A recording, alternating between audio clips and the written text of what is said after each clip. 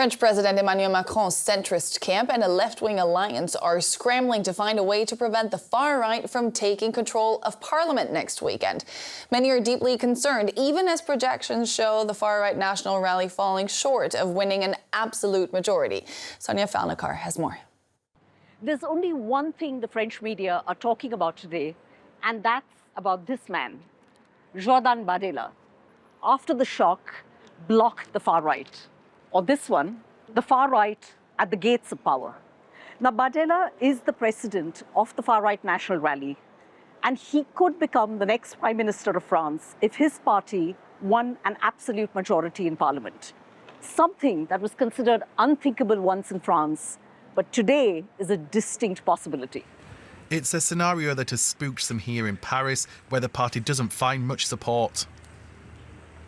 The far-right National Rally and their allies are really scary for France, both for the present and the future. We have totally forgotten history. I'm really worried because if the National Rally comes to power, they have no competence in terms of ministers in order to govern France properly. They've built a programme full of lies. If Jordan Bardella wins, he will show his incompetence. Finally, people will realize it's not enough to just have rhetoric on immigration. That's not an economic or political program. The outcome of the election, however, is far from certain. Parties are drawing up strategies to block the far right in this weekend's runoff. There is a chance that no party obtains a majority in France's parliament. Some fear that could usher in even more political chaos. The risk is that France will become ungovernable. The extremes won't have the majority. We might have to vote again because the parliament could be dissolved yet again. Meanwhile, voters are already mobilizing against the far right. This demonstration in Paris was held right after the results of the first round elections, which the National Rally won for the first time. Many here are worried about how France could change if the far right comes to power. We need to mobilize and realize that the National Rally is spreading hatred and pitting people against each other. It's really dangerous. I'm angry like all the young people here and just like a whole part of the population. The French will head back to the polls on Sunday in the second round of this nail-biting parliamentary election. France's centrist and leftist parties say they'll cooperate in the runoff vote next Sunday in an effort to prevent the far right from winning an absolute majority. I asked DW correspondent Rosie Berchard if this is likely to work.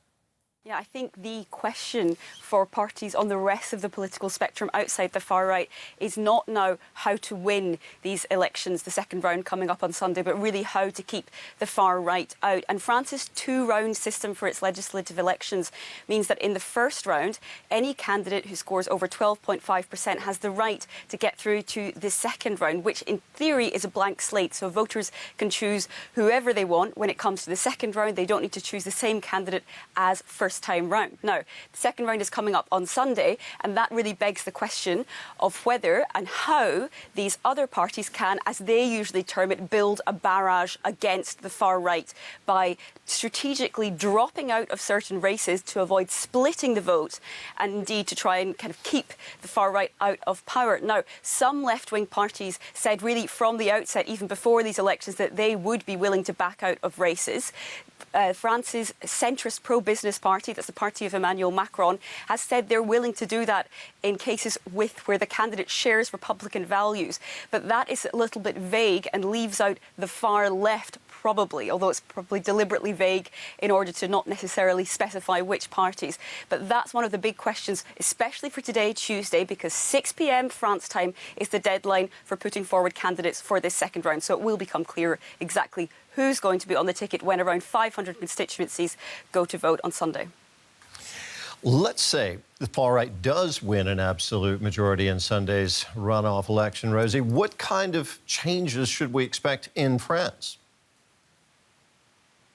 Well, the far right has long had a clear anti-immigrant stance and has put that into its policy platform. It wants to roll back migrants' rights, and prioritise French citizens for things like housing, social welfare, which of course would not necessarily be easy to get forward in terms of legal challenges, not least from the EU. And let's not forget, of course, that the National Rally, the far-right party in France, has a history of being described as extremely Islamophobic. I will remind you that in 2022, Marine Le Pen, the leader of that party, in her presidential manifesto, she wanted to ban women from wearing Islamic headscarves in all public places. Of course, they denied that accusation of Islamophobia. However, in order to kind of put any of these policy plans in action, they would need a real absolute majority in the National Assembly. And with these elections still a few days away, and with all of this political strategising going on behind the scenes, it's really not clear yet whether or not they'll get anything like the numbers in order to put that into action. We may instead end up with a hung parliament, which will lead to a